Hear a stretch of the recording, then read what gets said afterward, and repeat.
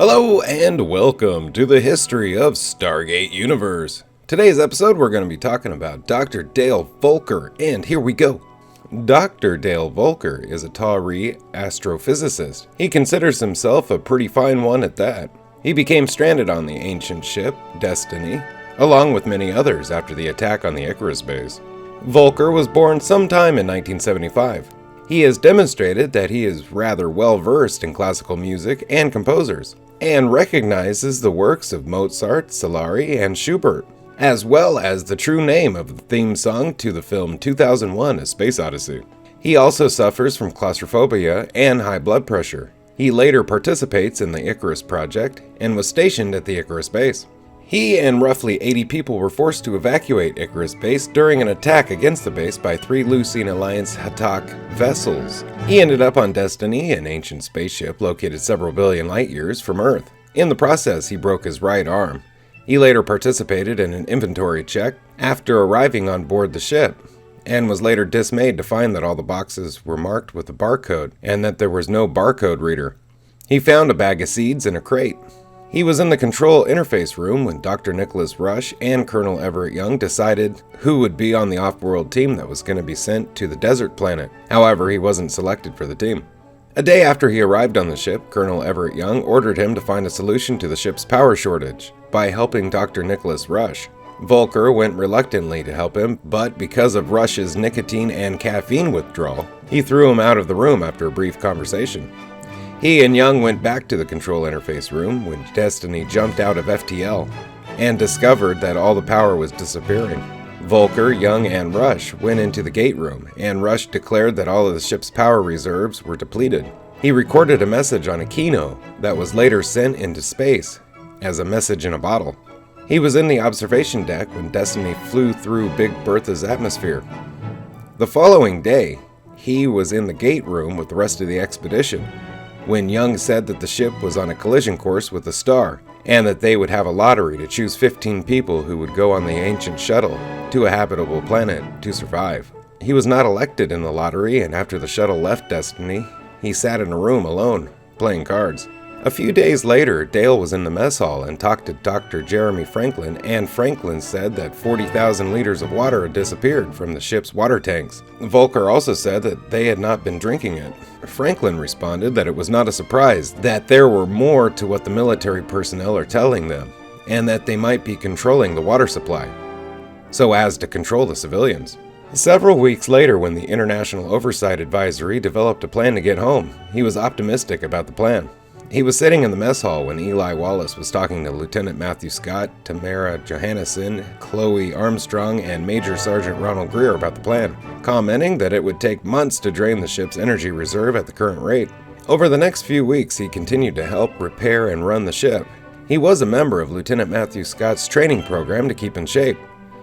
After the discovery of the Destiny interface chair, Volker, alongside Dr. Lisa Park and Adam Brody, discovered that they could not use it. He was interviewed by Lieutenant Tamara Johannesson about how he got on board the ship, and he thought it was okay, especially after hearing the news of the Icarus-type planet Dr. Nicholas Rush had found. After Sergeant Spencer was found dead, he became suspicious of the rest of the expedition. He was part of the team who cracked the Destiny interface chair. Camille Ray put him in charge of the team that was sent off-world to the Gravel Pit planet, and they discovered an extraterrestrial spaceship. When the civilian personnel started the coup against the military personnel, he was in a hydroponics lab with Dr. Adam Brody. He was in the control interface room when Dr. Nicholas Rush and Eli Wallace discovered the planet Eden and its uncharted star, and commented about the age of the star. The planet should be a ball of molten lava. Sometime later, when Destiny had jumped out of FTL and dialed the Ruins planet, he was in the gate room. After that, Eli Wallace and Chloe Armstrong saw the video feed of a Kino that they had sent to the planet and noticed the first evidence of a civilization of all the planets that they had visited. He then went back to the planet to rescue Lieutenant Matthew Scott, Eli, Chloe, and Master Sergeant Ronald Greer. When they failed, he went back to Destiny before it jumped back to FTL. 2 days later, he was in the control interface room and met with Dr. Adam Brody, Dr. Nicholas Rush, Colonel Everett Young, and Camille Ray, when Rush said that the Destiny would not cope with the void between the galaxies. When Brody suggests that they could increase engine speed, Dale replied that it would be dangerous as they did not know how the engines worked. During the Lucine Alliance invasion of Destiny, he used the long-range communication stones to switch bodies with Dr. Zinkler in order to treat the wounded. Shortly after the invasion, he was part of a team that was sent to an unnamed planet in an ancient shuttle to replenish the food and water supplies. During re-entry, the shuttle lost power and crashed on the planet. After Lieutenant Matthew Scott and the rest of the team unburied the Stargate, he returned to Destiny. 2010. After feeling unwell for about a month, Volker goes to Lieutenant Tamara Johannesson for something to help him sleep, and then collapses. TJ discovers his high blood pressure problem, which he admits he covered up because he ran out of medication soon after arriving on Destiny, and didn't think TJ could do anything about it. TJ explains that they have medicinals that would have worked and runs tests on him. TJ's tests reveal that Volker has end-stage renal failure, and the only option on Destiny is a kidney transplant. Master Sergeant Ronald Greer volunteers after discovering that he is a compatible donor, and before the procedure, he takes Volker to the Destiny Garden as Volker was reminiscing about his backyard at home. The surgery goes well at first, and TJ gets the kidney, but as she's about ready to put it in Volker, a power surge knocks out Destiny's database. Thanks to the help of Dr. Amanda Perry, whose consciousness is now part of the ship, TJ completes the transplant. It seems to work, and Volker later goes for a walk with Dr. Lisa Park's help. Later, he enters a stasis pod for the trip to the next galaxy.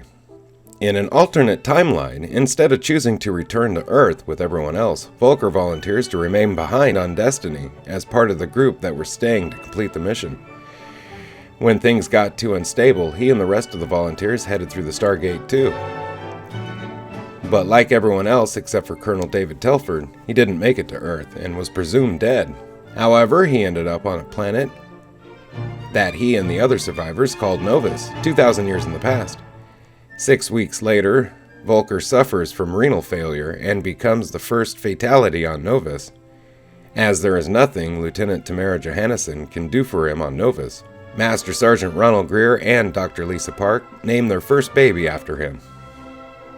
Hey, thank you for watching the history of Stargate. Special thanks to the Stargate Wiki for all information you heard today. Very special thanks to Royalty Free Tube for this fantastic background. Have a great day. Bye-bye.